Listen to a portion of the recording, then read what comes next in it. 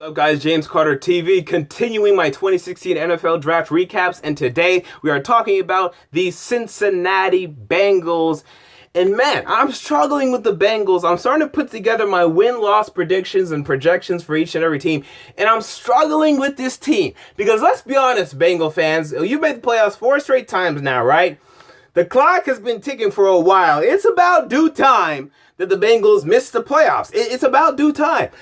But again, they come and they get a good draft, and they're making me think, because I know I like the Steelers, but man, the Bengals, again with a good draft, that's going to hurt me from picking them to miss the playoffs. Maybe I'm going to have to pick them after all. Let's talk about the draft. Let's start with the 24th pick. Overall, cornerback William Jackson III out of University of Houston. Guy that came to the combine and blew it up. Ran a 4.37 40. Has average size, pretty much below average. I mean, 5'11 now, let's be honest, is below average length. But in terms of size, in terms of muscle, has a decent athletic frame for his size, so that's fine. So this size gets a passable grade for me. Ball skills, they're there. And this guy got his hands on a number of balls at Houston. Some wish he got more. Some question why didn't he get more playing for that conference and that division. I'm not going to hold that against him. I saw plenty of ability there. Needs to work on some of his technique. His hips are a little tight. Needs to be a little more fluid. Might have trouble going against physical receivers, but I don't think there's too many that you have to go up against in the AFC right now. If we're talking about the NFC, you had to be much more concerned. But in the AFC, I mean, you have Antonio Brown, who's in your division, who I think you can be fine with. Steve Smith is physical, but he doesn't have the height advantage either. So I think he could do fine with that. And I think you're talking about a guy that's really going to find success in the AFC. And you took him away from the Pittsburgh Steelers. And for that, I give you an A-. Only reason it's not an A+ or an A is because I think you should have taken Myles Jack. And I think there's a conversation a lot of teams are going to have. We should have took Myles Jack. I think this guy would have been a beast for you on their linebacking core for years to come, but whatever. We'll take what we got. We move on. Or I think you also could have traded up for Laquan Treadwell. But it helps with your second round pick, and that is wide receiver Tyler Boyd out of Pittsburgh. Love the pick. Now, I'm actually not a huge Tyler Boyd fan in terms of guys that thought he should go in the first round or early second round. No, this is where he should have gone, and this is where he went. Reliable pass catcher. When you throw the ball to Tyler Boyd, he's probably going to get it. If it's near him, if it's in the range, if it's catchable, he'll catch it. Nice. Now, speed is pretty good. It's not great, but definitely passable.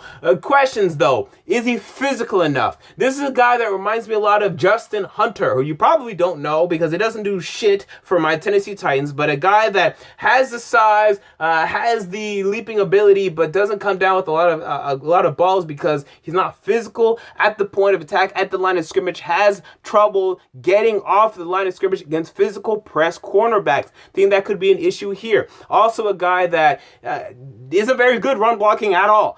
So the good thing is Jeremy Hill doesn't really run outside much, but if he does, when he does, Tyler Boyd will not be there to block for him. So don't expect that either. But I do, and he's not a great athlete, doesn't jump that high, so he's going to have to use his length, which is fine, but just a little bit of a tweak there. But again, I give this an A. And this is a value. He's a value here. In fact, I wouldn't be surprised if he's a 1,000-yard receiver for the Cincinnati Bengals, and maybe even from year one, maybe. I mean, I think maybe he'll probably be at about 700, 800, but in the future, I wouldn't be surprised if he's a 1,000-yard receiver. And I like him much better than Mohamed Sanu and all those other clowns. Even Marvin Jones, I like him better than, to be honest. So I like the pick. You needed to replace those guys, and you do it here. I give it an A. We move on. Third round. Inside linebacker Nick Vigil out of Utah State. Now, let's talk about this. Everyone hates this pick. I like it more than most. This is a guy, Utah State's one of those teams where you rarely catch them, they're rarely on, but when you do, you're like, man, they got a good defense.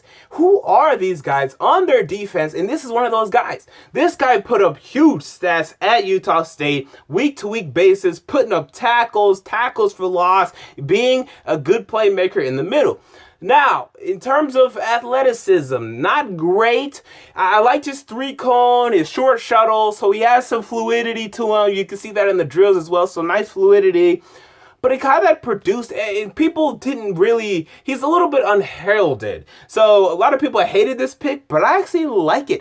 I do think it was a little bit of a reach, so I did hurt the pick just by that, but I gave it a B, and even I consider it a B plus, but I give it a B, and I think this pick will be better than a lot of people are expecting because hey, the Bengals have gotten away with Ray Maluga as their inside linebacker for years. I think they get away with this guy, so I give it a B. We move on to the 4th round, 122nd pick overall, Andrew Billings out of Baylor. How the hell did he fall this far? Look, I get it. He's only a 2-down player. You're damn right, but he's a damn good 2-down player. There's a guy named Dontari Poe that's been making a living out in Kansas City by being a damn 2-down player for the most part.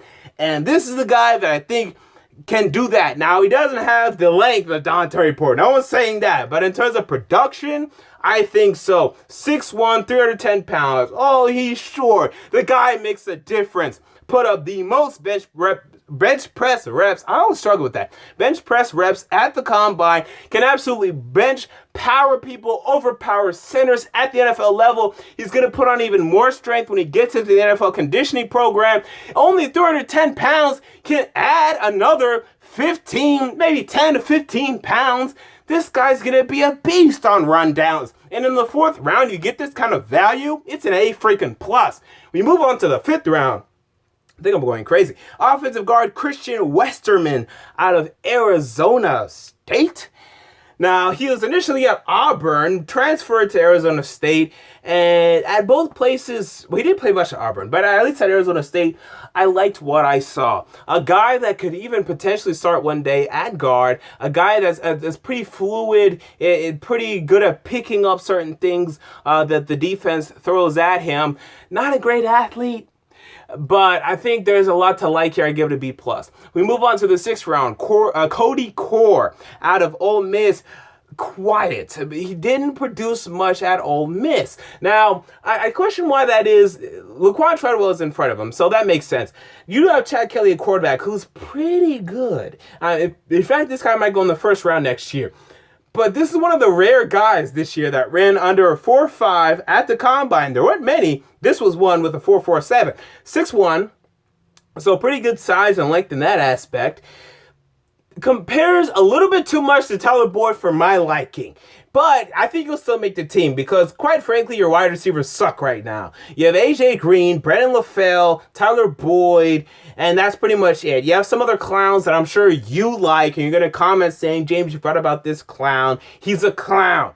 This is a guy that could actually make the team and actually make an impact on special teams. I'm not sure if he returned kicks, but if he didn't, I might look him at that aspect as well. I give it an A-. I think there's a good amount of value here. And we look at the 7th round, safety Clayton, and I had to get this last name right. Everyone messes it up. It's I already messed it up. It's, I believe, what is it again? It's Chris, I have the pronunciation guide right here. It's Clayton Fejedelem. All right, Fejedelem. The D is silent, so Clayton Fejedelem. And this is a guy that likes to lay the boom down. Made a significant amount of tackles at, where did he go to school? I don't even know where he went to school. Okay, he went to Illinois. Made a significant amount of tackles at Illinois. I think he had 140 tackles. So you can make an impact on special teams. But, man, I don't know if he's going to make the roster because I think you guys signed Taylor Mays. I know you lost Reggie Nelson. You re-signed or franchised George Aloka. But I think the safety room is a little too full right now. I think there's a little chance of him making the team. But I do like his tackling ability on special teams. So I give it a C+. But, man, I'm not sure he's going to make the roster. And with that said, he's not a great athlete either. And with that said, this ends the Cincinnati Bengals draft recaps. What are your thoughts on the Bengals draft class? Comment down below. Oh, I almost forgot my GPA. Okay, so I put in all of these grades into my GPA calculator, spit back out a GPA of 3.57 for the Cincinnati Bengals. Damn good GPA. Really, there weren't many picks here that got wrong. I questioned a little bit the Nick Vigil pick, as everyone did, although I did like it more than most. And then the Clayton Fejedelem. You could have gotten another A instead of William Jackson, but I mean, overall, man, this is a damn good draft. This is a damn good draft. 3.57 GPA, which equates to an A-. And again, I think they've gotten it done. The only problem here is I don't think they've gotten any Pro Bowlers. Maybe William Jackson, Tyler Boyd, no. Andrew Billings, only a 2-down player, so no Pro Bowlers. That's what really limits it for being an A+ or an A. And no definitely starters, definitely guys that are gonna make an impact, make plays. But I think the Bengals could use some more Pro Bowlers, and they didn't get any here. Until next time, James Carter TV. I'm out. Peace.